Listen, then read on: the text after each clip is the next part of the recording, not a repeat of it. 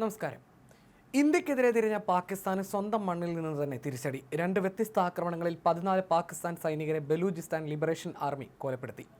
പാക് സൈനിക വാഹനം കുഴിബോംബ് സ്ഫോടനത്തിൽ തകർക്കുന്ന ദൃശ്യങ്ങളും BLA പുറത്തുവിട്ടു. എന്നാൽ ഇതിനോട് ഇതുവരെ പാകിസ്ഥാൻ ഔദ്യോഗികമായി പ്രതികരിച്ചിട്ടില്ല.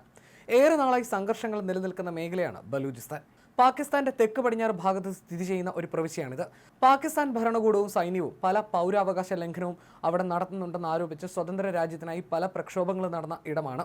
പാക് സൈന്യത്തിന് ഏറെ തലവേദന ഉണ്ടാക്കുന്ന സംഘടനയാണ് Balochistan Liberation army.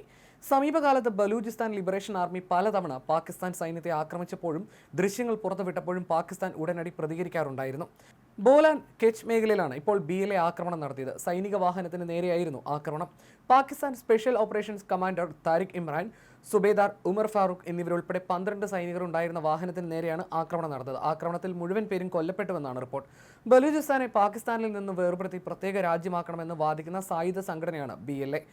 April 15-ന് police ട്രക്കിന് നേരെ BLA നടത്തിയ ബോംബാക്രമണത്തിൽ 3 പേർ കൊല്ലപ്പെടുകയും 19 പേർക്ക് പരിക്കേൽക്കുകയും ചെയ്തിരുന്നു. ഈ വർഷം മാർച്ചിൽ ബലൂചിസ്ഥാൻ ലിബറേഷൻ ആർമി പാകിസ്ഥാനിൽ ട്രെയിൻ ഹൈജാക്ക് ചെയ്ത് യാത്രക്കാരെ ബന്ദികളാക്കിയിരുന്നു. സ്ഫോടക വസ്തുക്കൾ ദേഹത്ത് വെച്ച് കെട്ടി ട്രെയിനിലുണ്ടായിരുന്ന 33 BLA ചാവേറുകളെ വധിച്ചാണ് യാത്രക്കാരെ അന്ന് രക്ഷപ്പെടുത്തിയത്. ബ്രിട്ടീഷ് യുഗത്തിന് മുൻപ് ബലൂചിസ്ഥാന്റെ വലിയൊരു ഭാഗം അവിഭക്ത ഇന്ത്യയിലായിരുന്നു. പടിഞ്ഞാറ് കെർമനും കിഴക്ക് സിന്ധും വടക്ക് ഹെൽമന്ദ് നദിയും തെക്ക് അറബിക്കടലും അതിർത്തിയായി ഖാനേറ്റ് ഓഫ് കലാട്ടിന് കീഴിലായിരുന്നു ഈ ഭൂപ്രദേശം.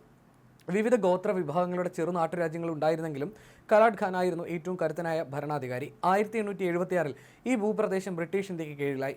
സ്വാതന്ത്ര്യാനന്തരം പാകിസ്ഥാനും ഇന്ത്യയുമായി വിഭജിക്കപ്പെട്ടപ്പോൾ ബലൂചിസ്ഥാൻ പാകിസ്ഥാന്റെ ഭാഗമായി. എന്നാൽ സ്വതന്ത്ര രാജ്യമായി നിലനിൽക്കണം എന്നതായിരുന്നു ഖാൻമാരുടെ താല്പര്യം. ബ്രിട്ടീഷ് സർക്കാരുമായി ഒപ്പുവെച്ച നിരവധി കരാറുകൾ ആവശ്യം സാധൂകരിക്കാനായി അവർ ഉയർത്തിക്കാട്ടി. പക്ഷേ ഈ ആവശ്യങ്ങൾ അംഗീകരിക്കപ്പെട്ടില്ല. ഇന്ന് പാകിസ്ഥാന്റെ ഏറ്റവും വലിയ പ്രവിശ്യയാണ് ബലൂചിസ്ഥാൻ. പക്ഷേ ബലൂചിസ്ഥാൻ ഒരിക്കലും പാകിസ്ഥാന്റെ വരുതിയിൽ നിന്നില്ല എന്നതാണ് വസ്തുത. ഇറാനും ഈ മേഖലയിൽ താല്പര്യങ്ങളുണ്ട്. 2000 മുതൽ അഫ്ഗാനിസ്ഥാനിലെ ബലൂചിസ്ഥാൻ കേന്ദ്രീകരിച്ച് പ്രവർത്തിക്കുന്ന സംഘടനയാണ് ബലൂച്ച് ലിബറേഷൻ ആർമി.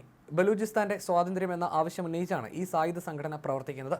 പാകിസ്ഥാനിൽ നിന്ന് ബലൂചിസ്ഥാനെ സ്വതന്ത്രമാക്കണമെന്ന ആവശ്യവുമായി Balochistan Liberation Army, Balochistan Liberation Front തുടങ്ങിയ വിമത സംഘടനകൾ ഭരണകൂടത്തിനെതിരെ പോരാട്ടം നടത്തുന്നുണ്ട്.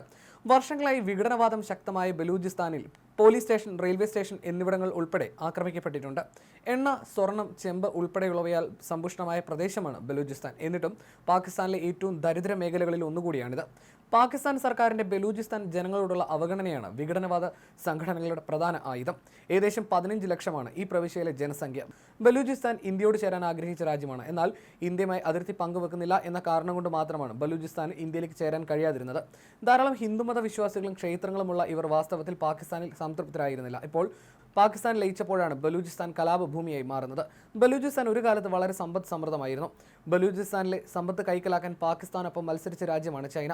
സെൻട്രൽ ഏഷ്യയിലേക്കുള്ള ഏറ്റവും ദൂരം കുറഞ്ഞ തുറമുഖങ്ങൾ സ്ഥിതി ചെയ്യുന്നതും ഇവിടെയാണ്. ഈ കാരണങ്ങൾ കൊണ്ട് തന്നെ ആഗോള രാഷ്ട്രീയത്തിൽ തന്ത്രപ്രധാനമായ ഒരു മേഖലയാണ് ബലൂചിസ്ഥാൻ. ധാതുക്കളാൽ സമ്പന്നമാണെങ്കിലും പാകിസ്ഥാനിലെ പ്രവിശ്യകളിൽ ഏറ്റവും അവികസിതമായി തുടരുന്നതും ഇവിടം തന്നെയാണ്. അതുകൊണ്ട് തന്നെ പാക് ഭരണകൂടത്തിനെതിരായ വികാരവും ശക്തമാണ്.